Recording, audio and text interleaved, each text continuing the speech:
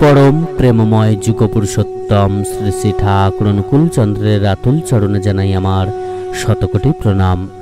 जय गुरु सकल इष्टप्राण दादा मायरा, सारा दिने जखनी समय पाबेन এই একটি কথা স্মরণ করবেন, দেখবেন আপনার জীবনটাই বদলে যাবে। আপনি যদি জীবনে শতেক বাধার সম্মুখীন হন, যদি আপনার জীবনটাই ওলটপালট হয়ে যায়, তাহলে কিন্তু অতি অবশ্যই আপনারা পরম দয়ালের বিধান মেনে এই একটি কথা স্মরণ করবেন।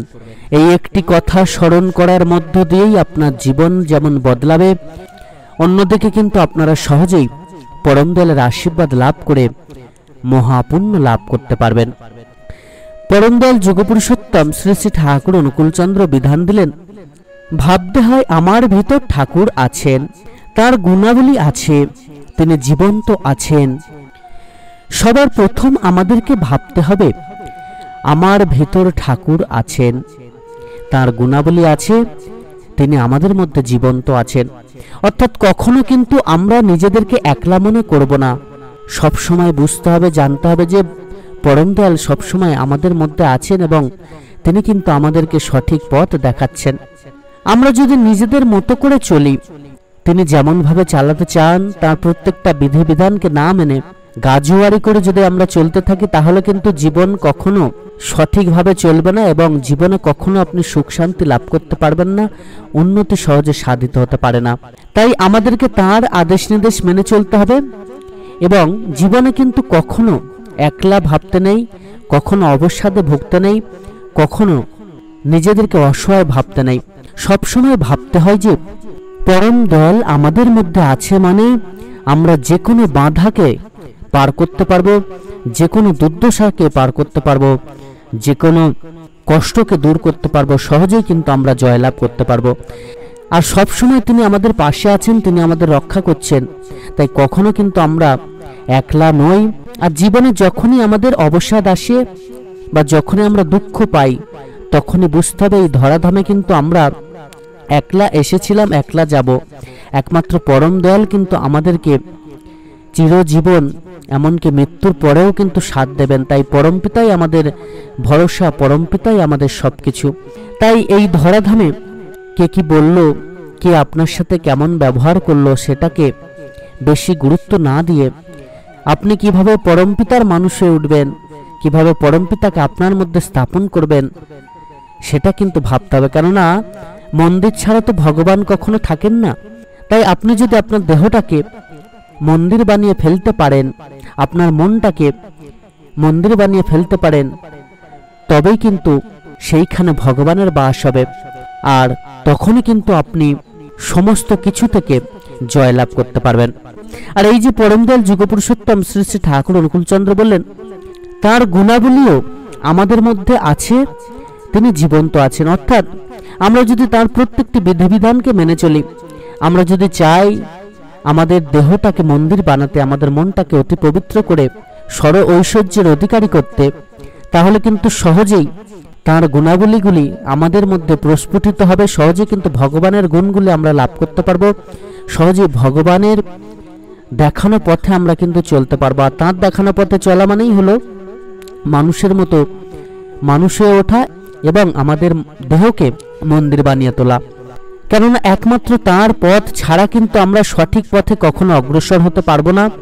তার পথ ছাড়া কখনোই আমরা ভগবানের রাস্তাকে বেছে নিতে পারবো না, আমরা সেই পথে যাবই না। দেখবেন ভূত কিন্তু কখনো ভগবানের নাম করতে চায় না। তো আমরা যদি ভূত হয়ে যাই, তাহলে কি কখনো ভগবানের নাম করব? তাই তো আমাদেরকে ভগবানের গুণাবলীকে অর্জন করতে হয়, তার জন্য ভগবানের কর্ম করতে হয়, ভগবানের আদেশ নির্দেশ মেনে চলতে হয়। পরম দয়াল যুগপুরুষোত্তম শ্রী শ্রী ঠাকুর অনুকূলচন্দ্র আরো একটি বিধান রোজ ভাবার কথা বললেন। তিনি বললেন, এই মানুষটি প্রয়োজন পীড়িত, এর জন্য না করলে অন্তরে ঠাকুর আমার উপসে থাকবেন। আবার এভাবেও হয়, আমার ঠাকুর প্রত্যেকের কষ্টে ব্যথিত হন, প্রত্যেকের সেবা করেন। আমি যদি এর জন্য না করি, ঠাকুরের কষ্ট বাড়বে। তাই এর জন্য করাই আমার একান্ত কর্তব্য। আমার ভিতর দিয়ে শিব জ্ঞানে জীব সেবা সত্যিকার হয়ে উঠবে। অর্থাৎ তিনি প্রত্যেকটা মানুষ প্রত্যেকটা জীবকে কিন্তু সেবা দেওয়ার কথা বললেন। তিনি বললেন প্রত্যেকটা জীবের মধ্যে, প্রত্যেকটা মানুষের মধ্যেই কিন্তু তার বাস হয়। তাই প্রত্যেকটা মানুষকে, প্রত্যেকটা জীবকে শিবজ্ঞানে সেবা দেয়া মানেই হলো পরমপিতাকে সেবা দেয়া, তার কষ্ট লাঘব, প্রত্যেকটা মানুষ প্রত্যেকটা জীবের কষ্ট লাঘব করার চেষ্টা করা মানেই হলো ভগবানের কষ্ট লাঘব করার চেষ্টা করা। আর এইভাবেই কিন্তু ভগবানের আশীর্বাদ লাভ করা যায়।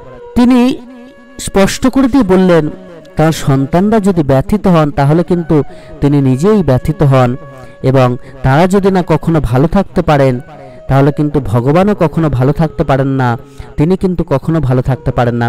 তাই তো প্রত্যেককে ভালো রাখার চেষ্টা করতে হবে, আর এটা তখনই সম্ভব হবে যখন প্রত্যেকে পরম দয়ালের আদেশ নির্দেশ মেনে চলবেন, যখন প্রত্যেককে পরম দয়ালের পাদপদ্মে আশ্রয় গ্রহণ করানো যাবে।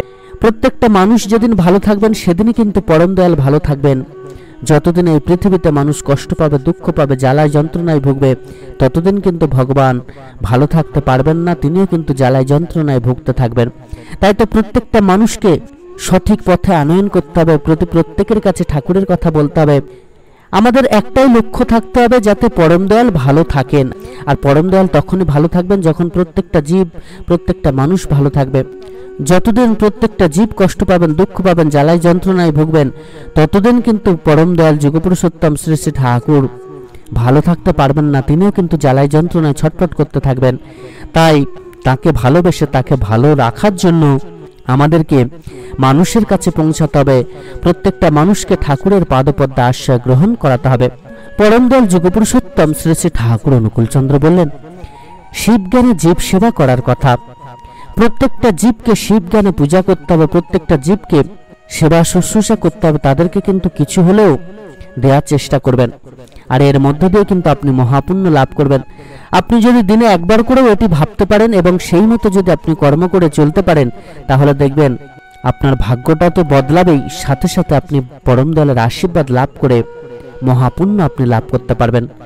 সকল ইষ্টপ্রাণ দাদা মায়েরা, প্রত্যেকে কিন্তু দিনের যে কোনো সময় একবার অন্তত পরম দয়ালের এই কথাটি স্মরণ করবেন, দেখবেন সহজেই আপনার সকল বাধা, অবসাদ সমস্ত কিছু কিন্তু দূর হয়ে যাবে।